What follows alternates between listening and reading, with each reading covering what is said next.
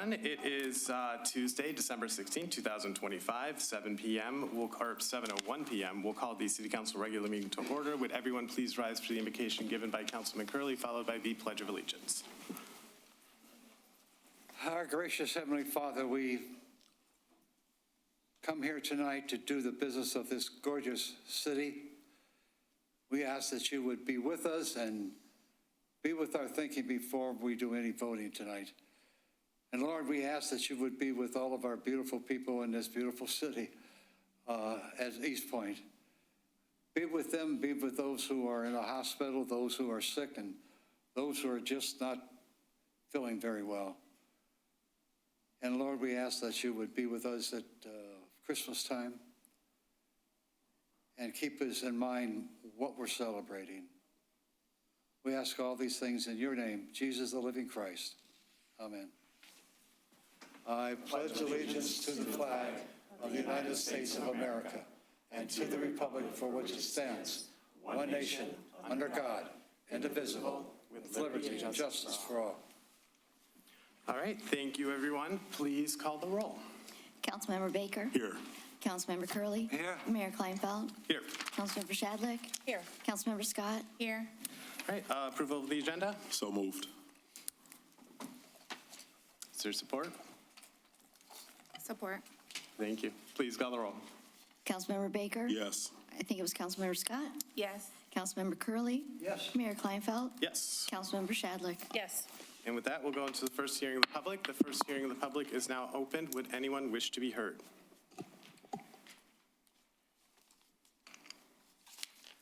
Good evening to the mayor and the council, the rest of the folks in the audience. This is my second trip here. I came on Tuesday, November 18th, to bring to the attention that as a homeowner in Eastpointe, my name is Howard Robinson. I've been trying to get my home inspected by coming here and calling and asking for some help for John Myers, but he just won't respond. I got a voicemail as late as today, he won't respond. I came up here between the next Tuesday after this meeting. I talked to Juanita Hightower. She went in and asked him to give me a call. I mean, that's what she told me. I came another day and asked Ms. Kim Holman to ask him to give me a call. I already paid $200 for the home inspection. The argument seems to be, or the difference seems to be, that he thinks I've owned the home since 2022. All the records indicate I bought this home in 2023. All I'm trying to do is comply with the codes. If there is an argument about some late fee, it shouldn't have anything to do with the current need to get inspected. Who's in charge? Who can help me get the home inspected because you've already collected $200? I have nothing further.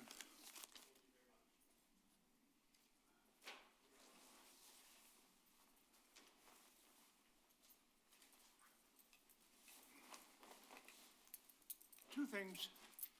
One, the clock in downtown looks terrible. The poor places don't match and half the lights don't work. And it no longer says City of Eastpointe. The letters fell off. The only reason you can see it is there's a glossy underneath the paint where the letters were. I mentioned it last time I was here. Nobody's done anything about it. Also, the guys who put the water main in did a wonderful job. But northbound Gratiot, north of Semrau, there's no sign that said what street you're at. Forest, Bell, Haas. It doesn't say what sign you're on. That's not going to be helpful for the cops. It's not going to help the fire department unless you know what street you're on. Have a nice day. Ho, ho, ho. Thank you. Could you state your name just for the record? Lawrence B. Grenzacki. Thank you very much. I've lived here since 1955. Thank you. Anyone else wish to be heard?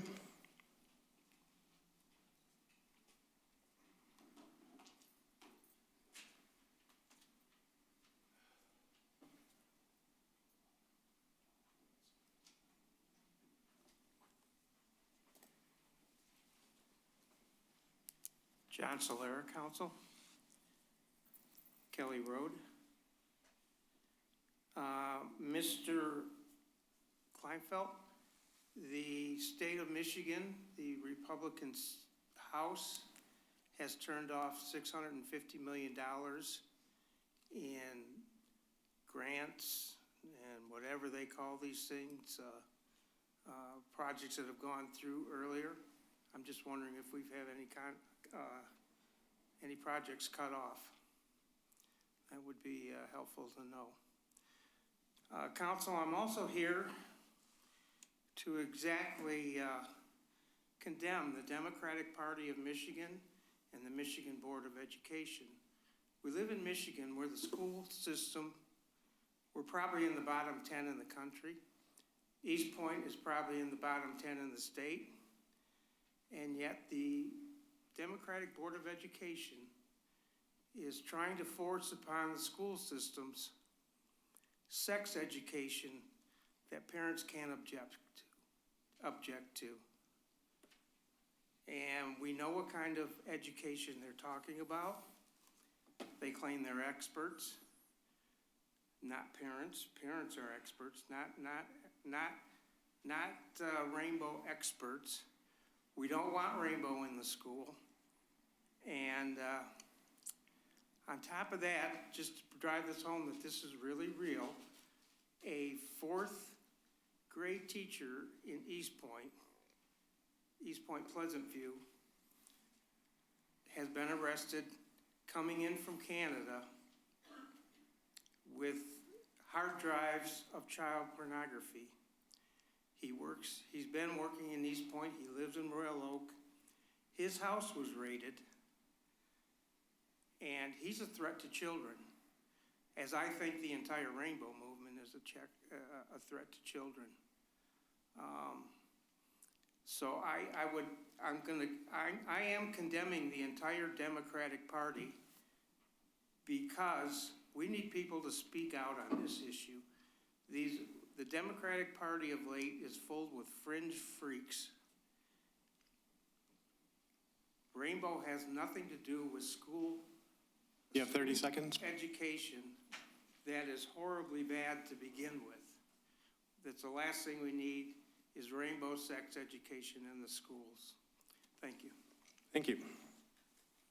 Anyone else wish to be heard?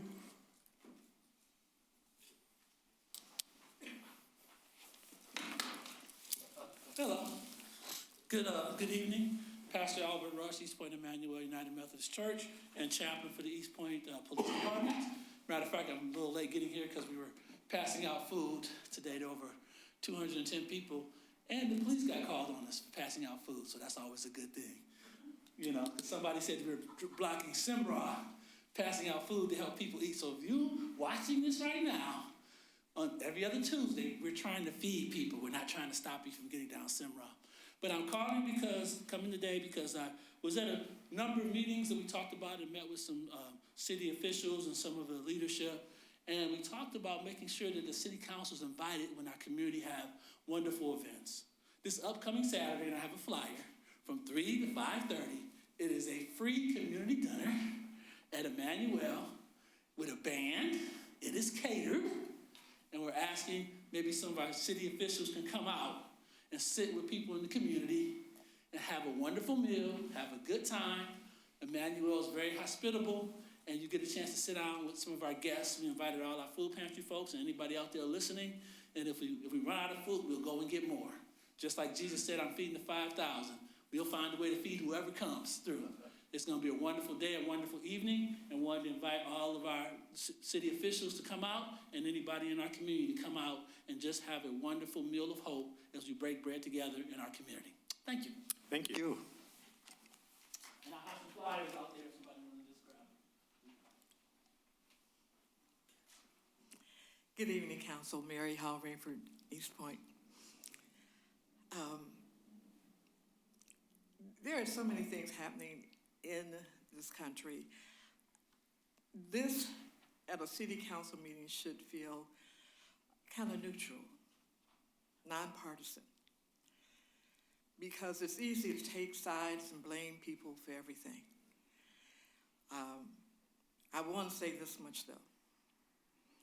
If you take a good look at history for the last 40, 50 years, you can't help but take note of the fact that it has been the Democratic Party that has done the most for most people. I'm proud to say Democrats don't help a selected few. When they write policies and laws, it's to benefit everyone. Now, what the Michigan Democratic Party is doing or has done is on them. Republican Party, Matt Hall in particular, made sure that that $600,000, or was $600 million, was cut. And that cut a lot of benefits. Not just education, but some of the projects that a number of other people in other cities have been promised that money for. So instead of getting on partisan, I'm sorry, I'm trying to think of the right word. I don't want to say anything I'm going to be ashamed of. We cannot afford to be on partisan pipelines or jackasses. It has to be nonpartisan, what's best for everyone. And I do mean everyone, because my Bible told me God so loved the world. He didn't say America, didn't say Democrats, didn't say Republicans, but God so loved the world that he gave his only son. And that's what I'm going to live on. Thank you. Thank you. Anyone else wish to be heard?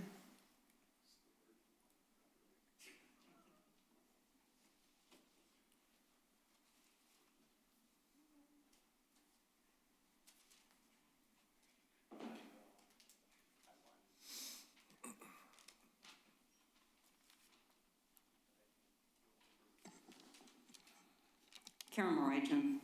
At the last council meeting, you were made aware of the church using live animals in their nativity scene. You also knew it violated our animal ordinances that prohibit farm animals and dangerous or exotic animals. And you further failed to tell the church to cancel bringing those animals. You took no action but gave conflicting information. The next day, Animal Control was told there were no dangerous animals. Chief Haynes sent an email. It was a misunderstanding. There were no animals as part of living nativity scene, and instead comprised of high school teenagers. Someone lied because the church and petting zoo owners violated those ordinances, in addition to violating the Michigan anti-cruelty statute that mandates adequate shelter from the elements. The rabbits had no shelter from the elements whatsoever. For over 2 hours, they were forced to endure 28-degree temperatures. The wind chill made it feel like 16 degrees. For over an hour, they had wet, heavy snow falling on them. Rabbits can't get wet.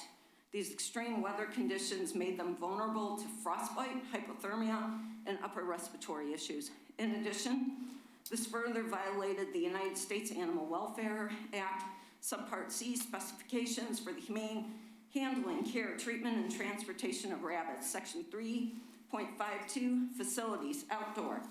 Mandates, number 2, shelter from rain or snow. Rabbits kept outdoors shall be provided with access to shelter to allow them to remain dry during rain or snow. C, shelter from cold weather. Shelter shall be provided for all rabbits kept outdoors when the atmospheric temperature falls below 40 degrees Fahrenheit. Chief Haynes witnessed all of this and refused to enforce the law. Ryan Mattis, in a December 10th email, said he does not anticipate further action from the city. This is a dereliction of duty and demonstrates complicity in this egregious act of animal neglect. The city allowed this and now must clean up this mess and issue animal neglect charges post-haste against the petting zoo owner. That church has also failed its own tenants in not being good stewards to the animals while they allowed the exploitation of these animals for entertainment that put them in harm's way in these extreme weather conditions. Rabbits shouldn't have been in the pens with poultry because their poop is toxic to rabbits. The children crowding, towering over, and manhandling the rabbits further caused additional stress to the rabbits. They're prey animals. They don't like to be handled when they're cornered and they can't escape. The church, city, and petting zoo owner failed these rabbits miserably. Okay, city, fix this. You need to file the charges. You all have the emails, the videos, and the pictures. Thank you. Thank you. Anyone else wish to be heard? All right, seeing none, the first hearing of the public is closed. We'll move on to, oh, I'm sorry, Mr. Albright, you had a comment? Thank you, Mayor. As council is aware, our office is working on a policy for reading comments that are received via email or otherwise during hearings of the public. I anticipate that I will have that policy ready for council review at the first meeting in January. In the meantime, we have been receiving emails from different individuals. Those emails will be received and filed here. If anyone wants to read them, they will be on file in the city manager's office. Our office did receive an email recently from Charles Blackwell, and again, his email will be included in the file here at the city manager's office, so anyone interested in reading his comments, they're certainly welcome to do so. Thank you. All right, thank you. With that, we will conclude the first hearing of the public. Approval of the minutes, closed session meeting minutes from November 18, 2025. Yeah, Mr. Mayor, I would move that we accept the minutes of the closed session meeting on November 18th, 2025. Support. Please call the roll. Councilmember Curley. Yes? Councilmember Shadlick. Yes. Mayor Kleinfeld. Yes. Councilmember Scott. Yes. Councilmember Baker. Yes. Item B, special meeting minutes from December 2nd, 2025. I'll make a motion to approve those minutes. Support. Please call the roll. Mayor Kleinfeld. Yes. Councilmember Baker. Yes. Councilmember Shadlick. Yes. Councilmember Scott. Yes. Councilmember Curley. Yes? All right, item C, regular meeting minutes from December 2nd, 2025. So moved. To receive and file. Support? Please call the roll. Councilmember Baker. Yes. Councilmember Curley. Yes? Councilmember Scott. Yes. Mayor Kleinfeld. Yes. Councilmember Shadlick. Yes. So we have no scheduled hearings or unfinished business, so we'll move right into reports from administration. Our city manager's report, Mr. Mattis.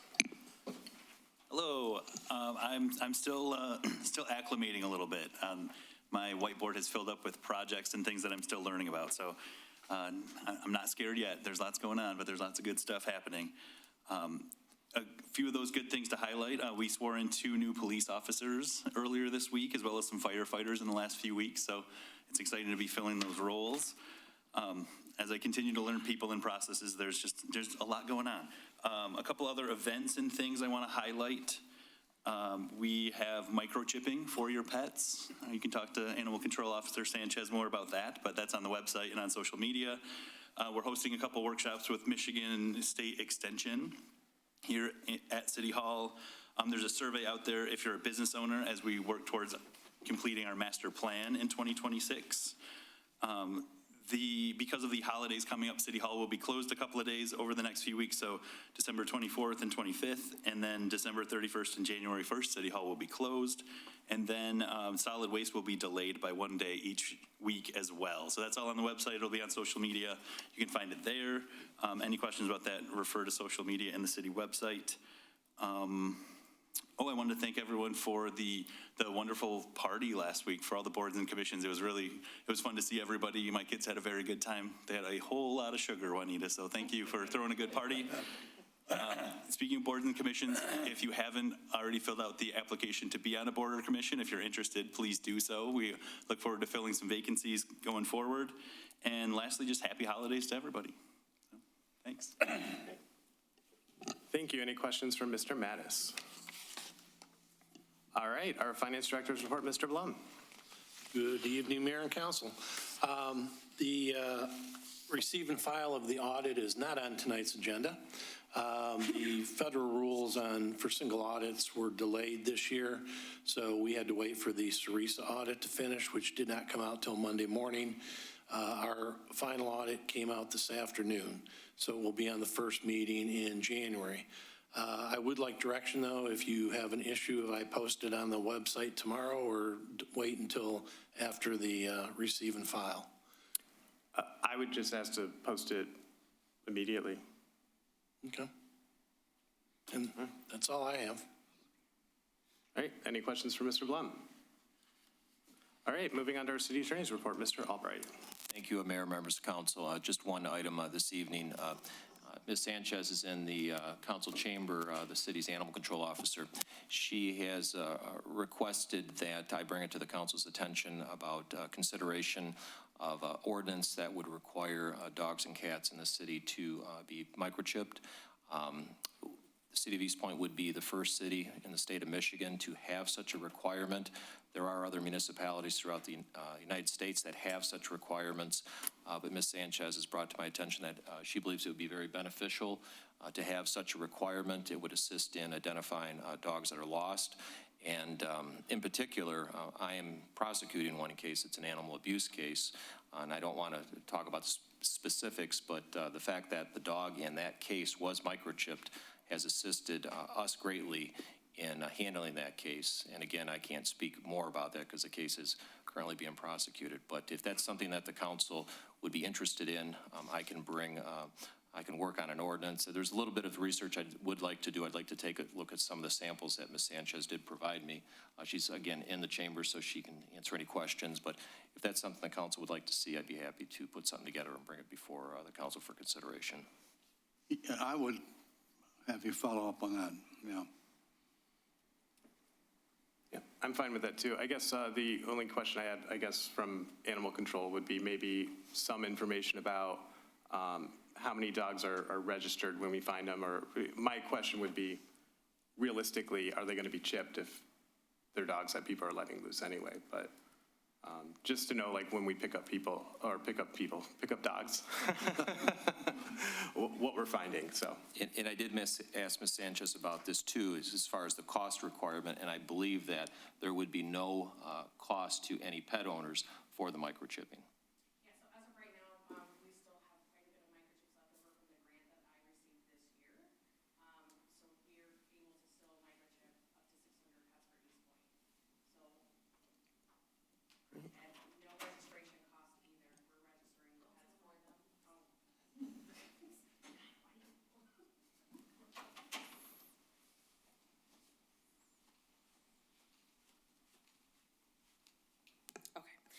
So we still have a grant for this year that microchips up to 600 pets for Eastpointe.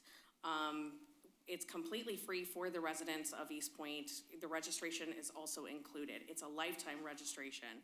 So they have the liberty to update the microchip whenever they want. They have sole access to it if they move, if they change their phone numbers, whatever. It's been pretty beneficial. I just had a few residents come in today who were like, hey, we just found out about this on social media. We want to do this. Our dog got out last year. We wanted to, some people don't have the freedom to do that for finances, so.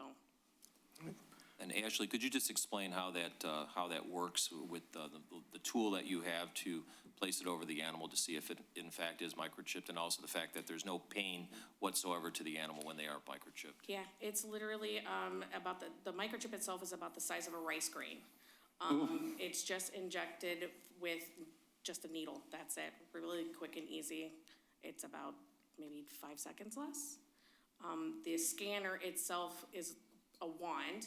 It goes over the animal. It provides nothing but a bunch of numbers. From there, the company is called. Now, an authoritative figure can get more access information than a regular resident. So if you find a pet, you contact the company contacts the owner for you. They don't give you that information. But since we have our standalone microchip scanner outside our station, it's been accessed quite a bit.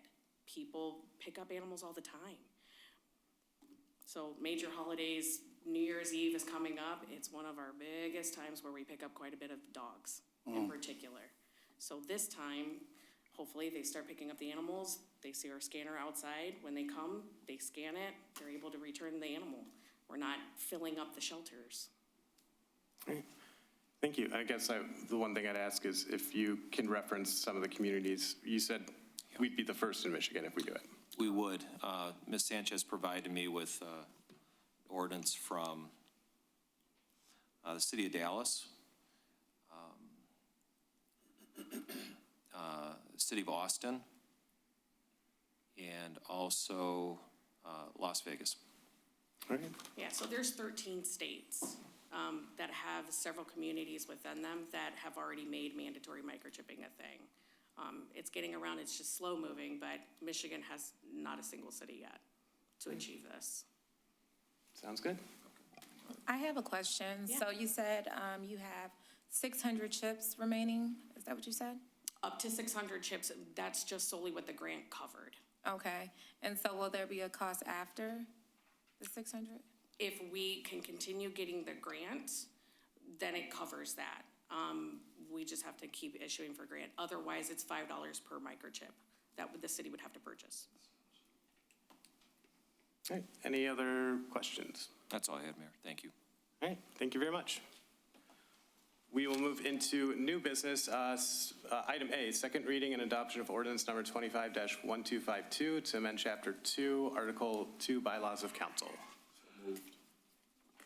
Support, but I'd like to add something.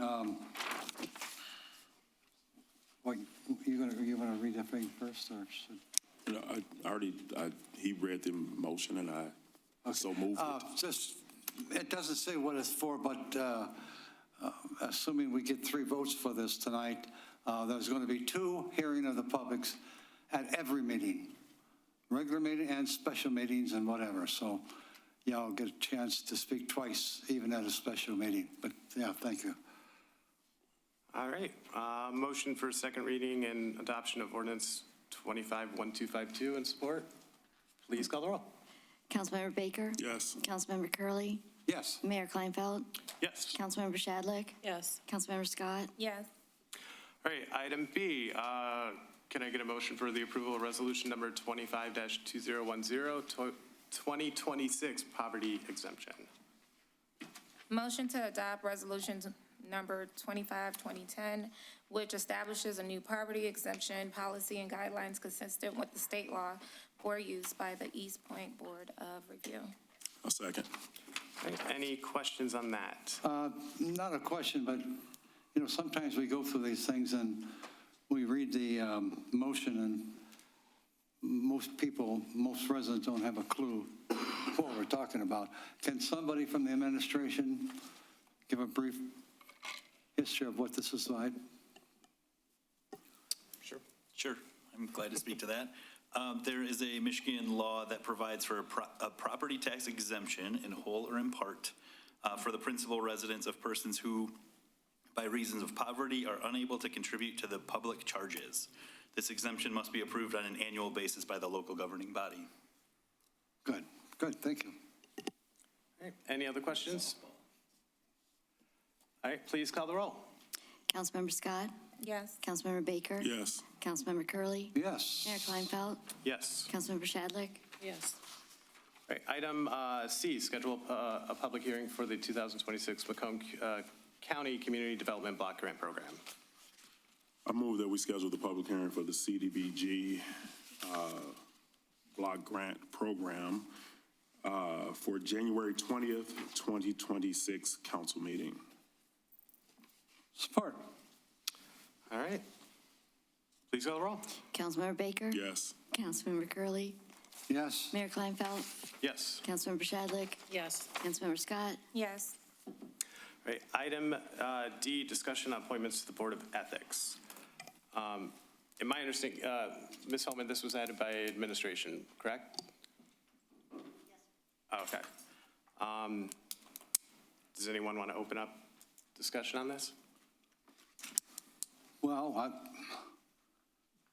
we have the names down on our memo here, and it looks like almost everybody's term has expired. One expired in 24 and 2025 in June.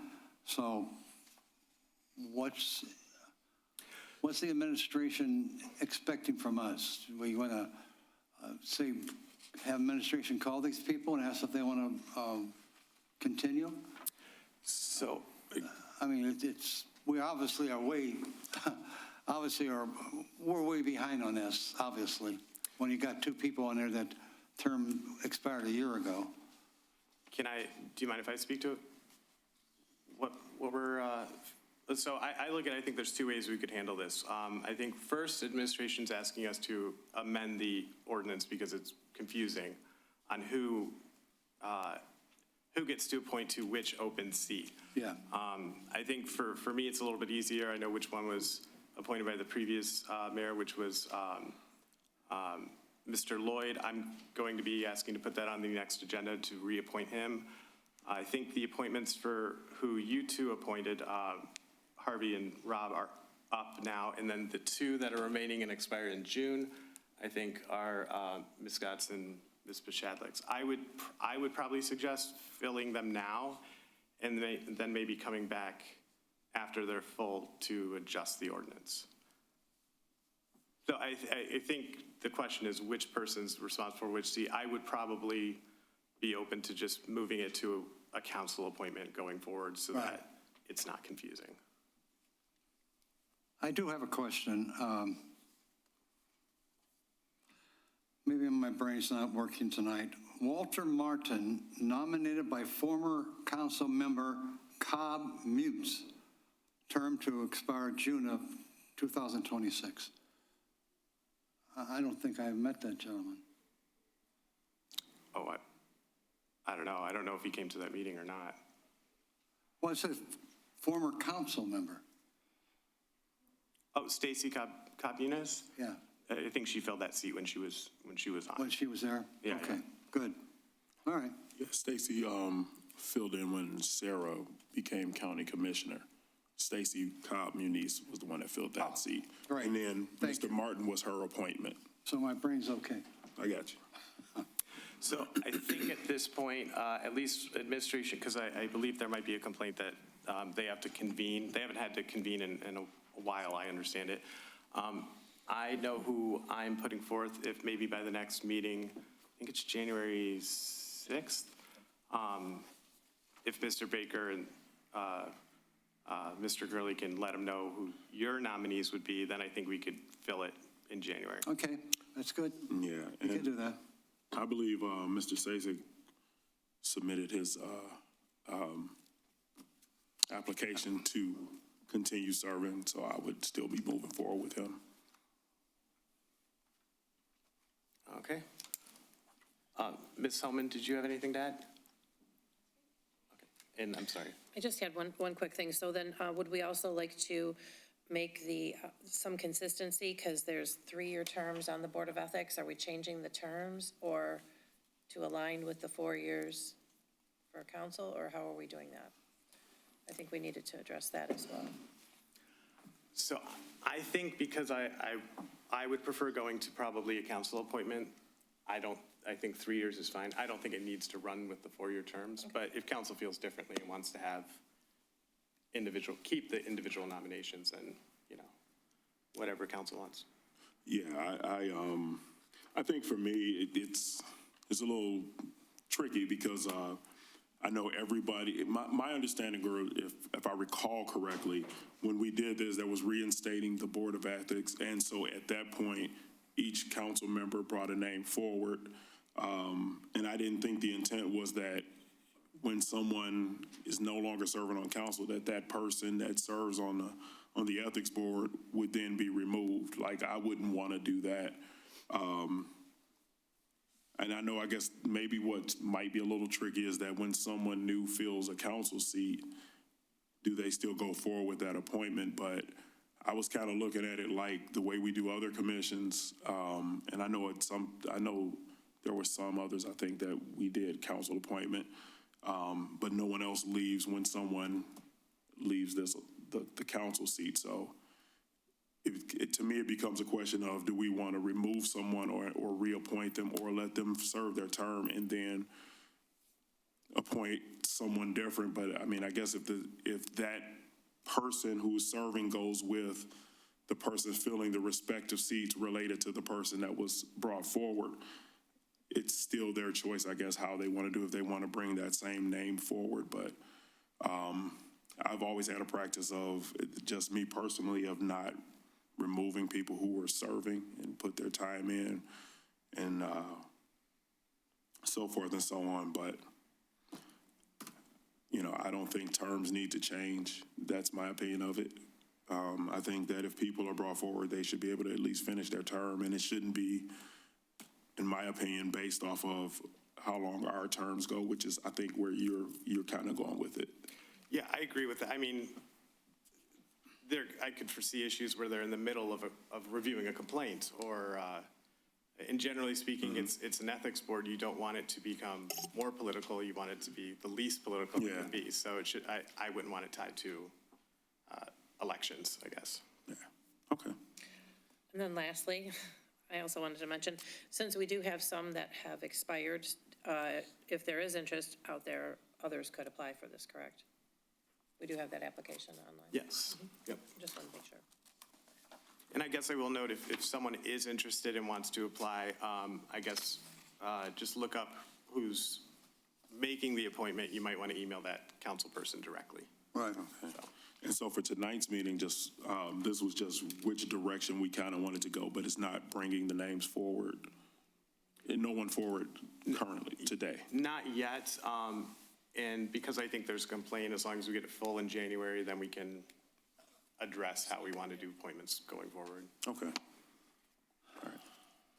All right. Any other comments?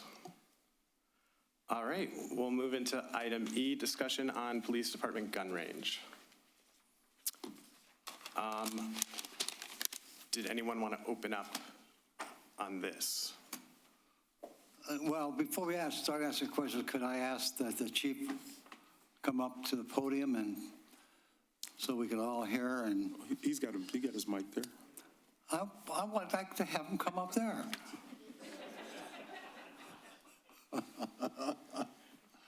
Why? I would have said no. You would have said no. Should we vote on it? No, he looks so professional standing up there. Good. Okay. I guess you just wanted him to explain the request? Yeah, what do you want? So the request, so currently right now in the Eastpointe Police Department, we do have a gun range. We have a five-lane gun range that has been there since the building was built originally back in the 50s.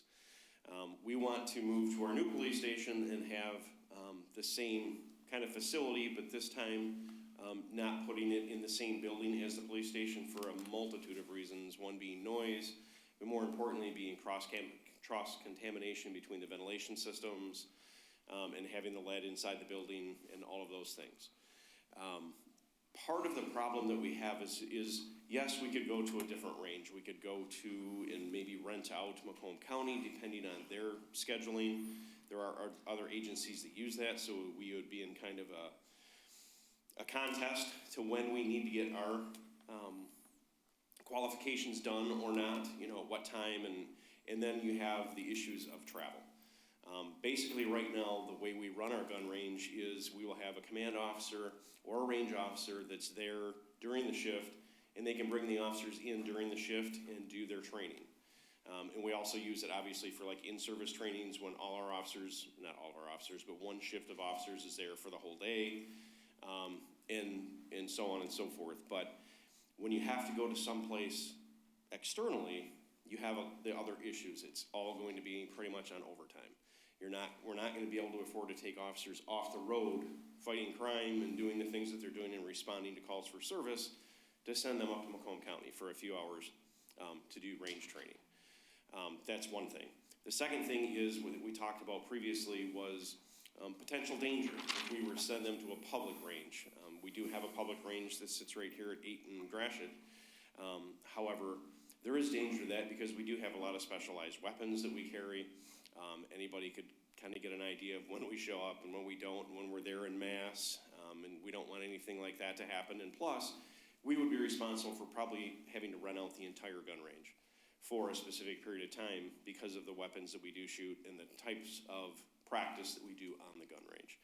So with all those things in consideration, and I have spoken to a couple of other police chiefs, and there is interest that if we were to move forward with this project and build the gun range on our new property, on the new property where the building's going to be, there is interest from other agencies that they may be willing to join us, at which time we could enter into contracts with them to kind of offset the cost that we would be paying for the gun range itself. Any comments from council? Speaking of the cost, it's a lot higher than I had thought it would be. The 2.3 million, originally we had heard different numbers. I don't know if Mr. Kern could speak to that.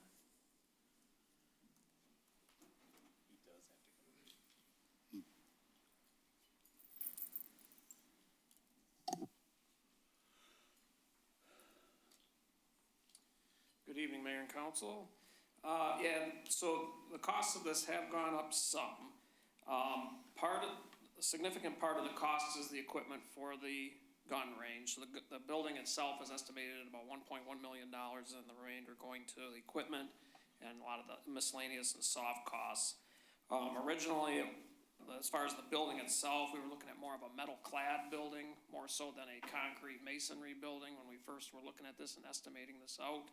But over time, as we've had several discussions with the police department, as we've been going through the design, talking with other agencies, as well as vendors too, that we would want to go for a concrete masonry building for this, and that's the reason why the costs have gone up on this. And I believe some months ago when you talked about this before, that basically your belief is that it will pay for itself once going into contract with other agencies utilizing the range. Is that correct? I think if you combine going into contracts with other agencies as being the smaller side of it, but the bigger side, the overtime, the cost in manpower and personnel hours is going to, I believe my report stated at that time when it was about 1.75, I think. It was about 16 and a half years, so it's probably going to add a few years onto that because of the increased cost. But we were able to get a company that currently services our current gun range. They're one of the premier companies in the nation, and their price is a couple $100,000 less than what the original target price was. And as Ryan stated, we were kind of baffled at the beginning because they didn't know exactly what to design either until we started working on it. But we actually took a trip over to the city of Madison Heights and were able to tour their gun range, and that's where it dawned on me. I'm like, wait a minute, we don't want a metal structure, we want a concrete structure. We're gonna be shooting weapons inside this building, it needs to be the right material. So that went into the planning, and that is, again, why the building side of it did increase, but actually the gun range equipment side actually decreased. Okay, thank you. So I have sort of a list of, some of this would be, I want some more information. Some of it would be from finance. I think some of it would be from you, Chief Haynes. I'd like a kind of like an updated, I guess, estimate or breakdown of exactly what we would expect it to cost. I know that you say there's going to be overtime and such. I'd like to compare what we actually think that cost would be. I know some of the other communities, I know St. Clair Shores uses a private entity. Roseville has a gun range. I think they would work with us if we wanted to. I'd like to compare with them. If we did work out an arrangement, how much would that cost to use their range? The 2.3, if I understand it, is just the cost of construction, right? To build the building and get the equipment in there? That does include all the design and construction service fees into that. Everything's included in that cost. Okay, but so I'd like to also know what the expected maintenance costs. My understanding is, that's specialized equipment that we have to have maintained inside the gun range. So we currently maintain our range right now, and the maintenance cost to maintain the range is around $10,000 per year. It could be more, it could be less. It depends on the use that the range gets, but I can state, and it was in my original report, I gave you an original report that broke down all the hourly costs and all the hourly wages that were into the original number. So those numbers would still carry true, absent contract raises and those sort of issues that will be coming up soon, that sort of thing. But it also had in there the cost of the maintenance. And for instance, in Madison Heights, they have Madison Heights using it. They have the city of Royal Oak was a much larger, almost double the size department using it.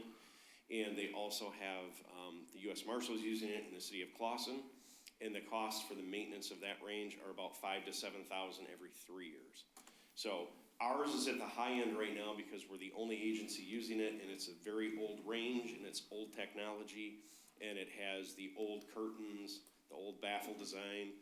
This new rubber design is much better. You can actually shoot rifles in it, where we can't do that currently with the range now, and the maintenance cost is quite a bit less. And then my question is for, excuse me, Randy. And I think some of that information about like comparing what other communities are doing, if you wouldn't mind providing some of that, just so we're aware. I had some questions, I think, more on the technical finance side. I'd like to know how much adding this much would affect what our expected like yearly bond payments would be, because ultimately we're bonding out for the remainder of the project. Correct. I ran some rough numbers. So we get the 8 million in grant. We've already set aside 2 million, so we have 10 million available. I think the last estimate was about 16 million for the police court. So if we bonded 6 million, we'd be paying a little over 400,000 a year in a bond payment. I showed it at 10 million, it would be about 675. So if you added another 2 million, you're going to be somewhere about 550 a year would be a rough number. So an extra, let's call it extra 150,000 a year in a bond payment on a 25-year bond. And I imagine you haven't looked at this, and thank you for having, I didn't expect you to know that. I knew you were going to ask some financials. So. Liability insurance, do we have any idea if there's much of an impact to having an additional structure and a gun range?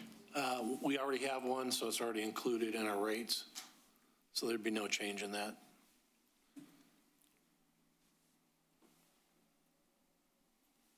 I think that's all I had on, in terms of more information, I'd like to see if we could get that in, I don't know, a next packet or something like that. Council, did you have other questions? No, I didn't have any other questions. I mean, I like the idea of keeping it with the new facility, but not opposed to getting more information too, so we can make as informed of a decision as possible. Yeah, I just want to know more about the finances. I've heard whispers that SCAO is recommending a second judge, so I think we're going to get hit with cost of increased court costs operating over there. So I'm just like, I think there's a lot of stuff coming that's going to be yearly costs that look forward and plan for. The other thing I was going to mention is I know that the state in the recent budget passed created a public safety trust. I haven't gotten all the details on it, but I believe it's available for grants for personnel and for projects. So I mentioned that to Mr. Mattis. I'd like to look into that and see if we can apply for some funds. So, Mr. Mayor, the questions and information that you're asking for that we don't have tonight, are you saying that we should table this to the next council meeting until you get the information you want? Yeah, I don't mind bringing it back. Tonight was just a discussion, so we could table it, or we could just, add it separately on another meeting. It doesn't really matter. So we would schedule that for the next meeting, next regular meeting in January, first meeting in January. Does that give administration enough time to hold together some information with the holidays? Well, yeah. I got plenty of time. I just didn't want you on Christmas to be sitting in the office. So we can get it together. Well, okay. Yeah, I understand the questions you have, and I'm certainly in favor of the project. And I just had one question. Folks, it's a silly question, so go talk among yourselves. Just one bathroom, not two, correct? Correct. One bathroom. So it'd be, what's it called? Unisex? Unisex, right? Because that would save a lot of money by not having two Yeah, bathrooms. I did see a brief diagram today of a potential rendition of it. And it Yeah. was just one single bathroom. That's all we would need. And really the reason why we want a bathroom there, because the question can be asked, well, you know what, you're right next door. But the idea is to contract with other departments. Yeah. And we don't necessarily want them coming all into the police station when we can just have them go to that building specifically. Sure. Have some lockers in there that they would be able to use to store their equipment. So it would just make it better that way. But yes, only one bathroom. Good, okay. All right. I guess, do you want to make a motion to table until January 6th? I would move that we table the discussion and action on the police department gun range to the first meeting in January. Support. All right. Please call the roll. Councilmember Curley, Yes? and Councilmember Baker, Yes. Councilmember Scott, Yes. Mayor Kleinfeld, Yes. Councilmember Shadlick, Yes. All right, payroll and bills. I move that we pay the bills in the amount of $612,282.16. The 4 million. Excuse Far right- me? The far right number, Lower right corner. the 4 million. Oh my gosh, do I not? Oh. Okay, I'm sorry. $4,648,461.27. Second. Any discussion? Please call the roll. Councilmember Scott, Yes. Councilmember Baker, Yes. Councilmember Curley. Yes? Mayor Kleinfeld, Yes. Councilmember Shadlick, Yes. All right. Second hearing of the public is now open. Would anyone wish to be heard?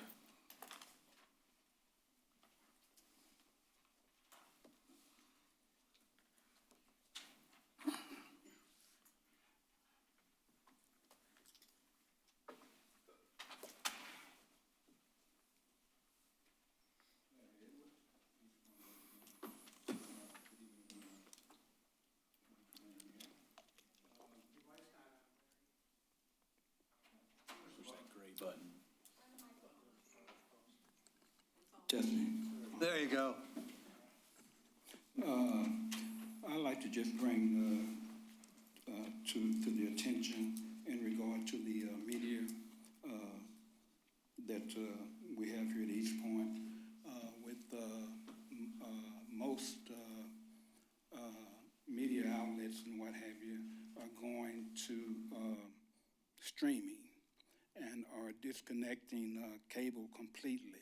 And so therefore, we can't, I'm a WOW customer and have been for some time. We can't get those Eastpointe things that used to come on when you had cable in regard to showing your debris when it needs to be picked up or different things and what have you. So is there any other alternative that would be maybe offered to where we could continue to be in tune to what's going on in Eastpointe with the education part and all that stuff? When you have streaming, you can't get to that anymore. That's been completely taken away and what have you. And then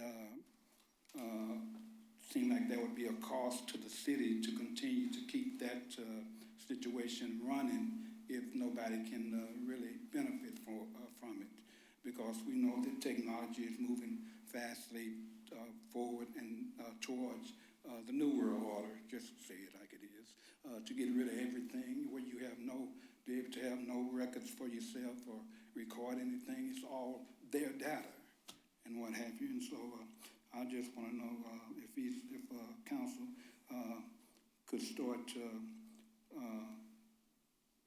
looking into that maybe some, and to see where we're at in regard to that. And the other thing is, I know that there are some that spew out a lot of things when it comes to biblical things and what have you. But there's very few people that know the Bible and what have you. the one thing about feeding the hungry and whatever, that's a noble thing. That's a good thing. We all ought to be that way. Shouldn't have to be a servant of the Most High to do that. And it ought to be done on a more regular basis, if possible, and what have you. But the other thing. You have 30 seconds. It didn't go into the part about after the 5,000 was fed and what have you, then they left. They all went away when it got to the real nitty-gritty, and that's of the saving and the salvation of the soul. They left. And Jesus turned around and asked him, or Yahshua HaMashiach turned around and asked him, well, you all was the 12, leave me also.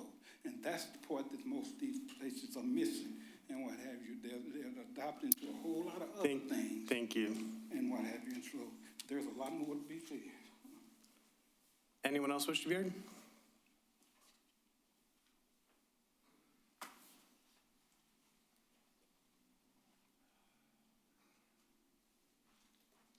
John Solera, Kelly Road. If I'm going to invoke the Bible, Jesus specifically warned us, hands off kids. My words, not his.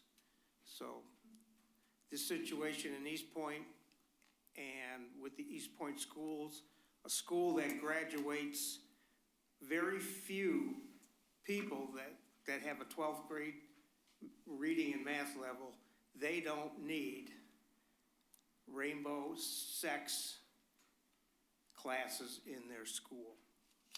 And we only get that from Democrats. We don't get that for Republicans. And there's nobody here that's not partisan.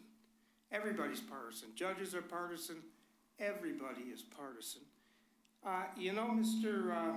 Curley, I've been coming to council meetings for a long time. And it's nice that you added that comment section. But do you know 20 years ago, under each of these new business articles, in the past, when I lived in Shelby Township, there'd be a comment section after every one of them. Finally, the Republican crooks in Shelby Township said enough of that. They just don't like to hear from the people, because as you can see, people are interested in what you guys are up to. The chief does need a shooting range. $2 million is not that much money. This council gave the community garden away and put a $200,000 parking lot in it last year, I believe that was. That's nearly $500,000. Chief needs a gun range, you give it to him. These poverty programs, I don't get it.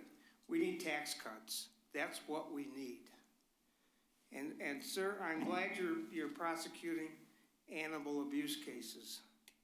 I'm more concerned with child abuse cases, which is what the Democratic Party in Michigan is up to by introducing these kinds of sex classes that parents have no option to opt out of. I'm interested in sex crimes against children, but I am glad you prosecute animal crimes. Okay, when it comes to ICE, there is a law in the United States. You have 30 seconds. Pardon? You have 30 seconds. I don't have the law with me, but it is against the law for a council like this to stand between police and their work apprehending criminals. You cannot advise or make this police department not prosecute illegal aliens. And I will bring the law the next time. Thank you. Anyone else wish to be heard?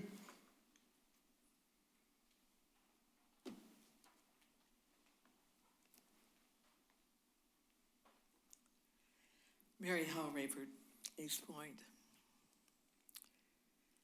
Jesus loves the little children, all the children of the world, red and yellow, black and white. They are precious in his sight. Jesus loves the children of the world. Children grow up and we become adults. And I believe that he loves every adult just as much as he loved every child. I'm certainly not going to advocate for the abuse of a child anywhere, but I also want to remind people of how mankind can change words to make it fit their own agenda. When we talk about rainbows, red, yellow, green, and white, all of it, colors, beautiful colors. And there was a purpose for the first rainbow. And that rainbow was a reminder that God would not destroy the world by water again. We contort things to make people, or try to make people believe what we want them to believe. I believe having a personal relationship with God is the one thing that everybody needs to do. And then you don't have to depend on mankind to interpret it for you. I've said it before and I'll keep saying it. Love is the key. If we all learn how to love one another and get along with one another, respect one another, have a Merry Christmas and a safe holiday. Thank you. Anyone else wish to be heard?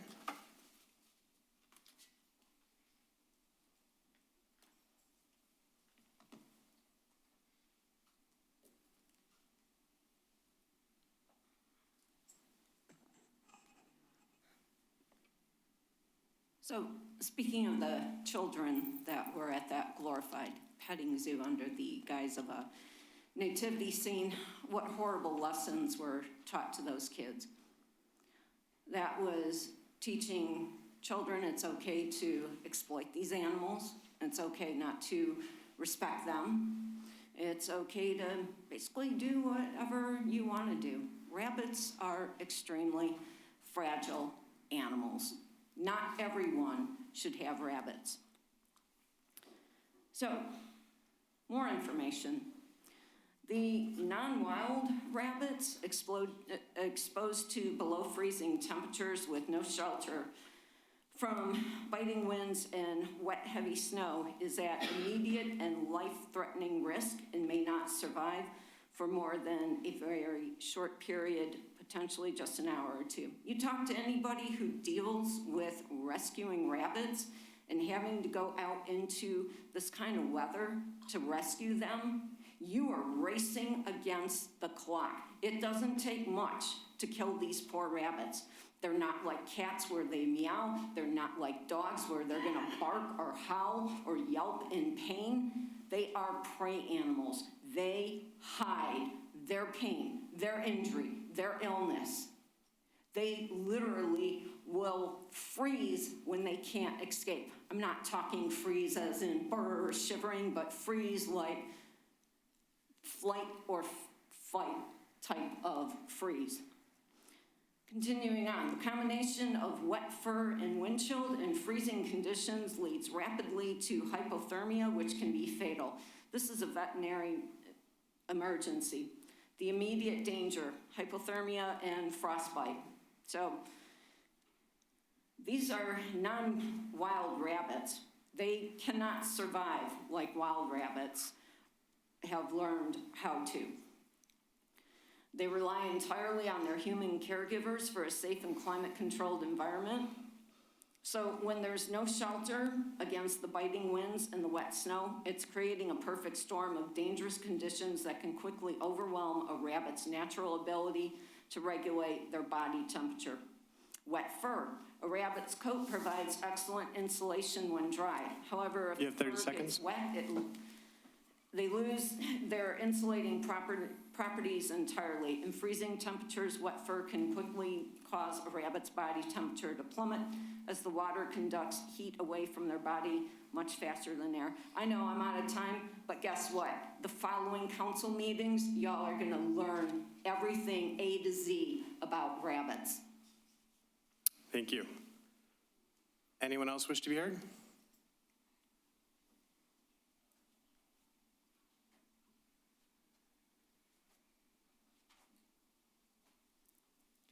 Jennifer Nicholas, Eastpointe resident. I was hoping that Dan Zander would be here tonight.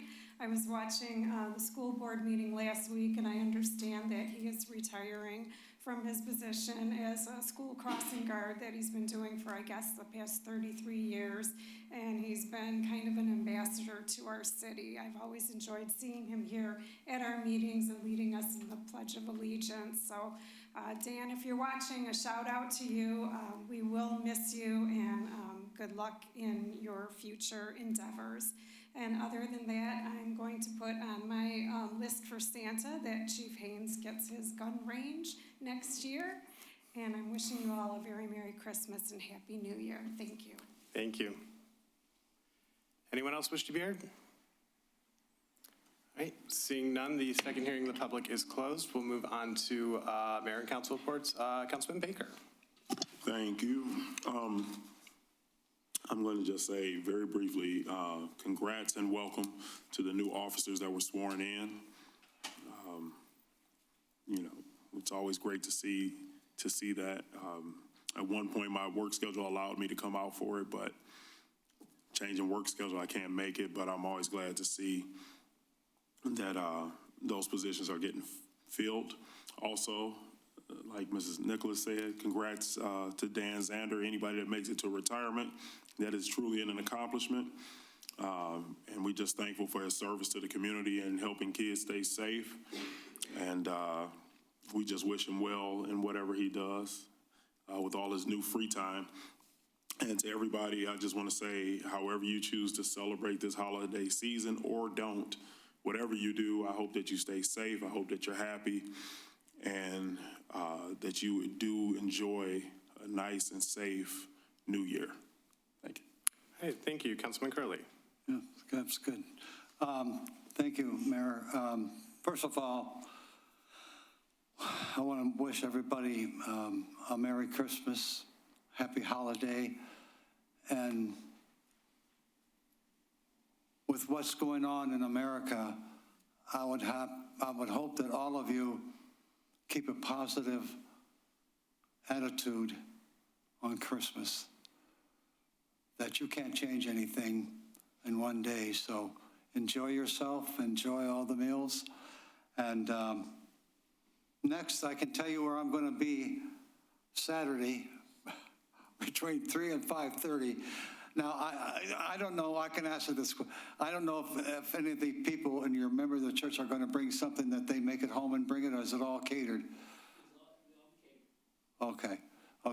But if none of you, if any of you never had dinner at a church, it's different.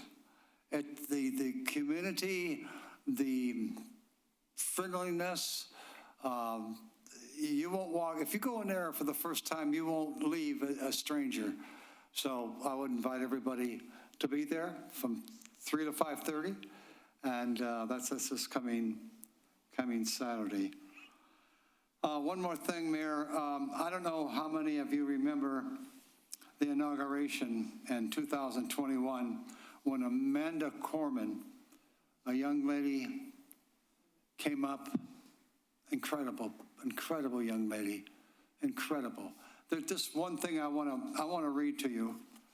There's a lot of things in here, and it was difficult for me to choose one of them. But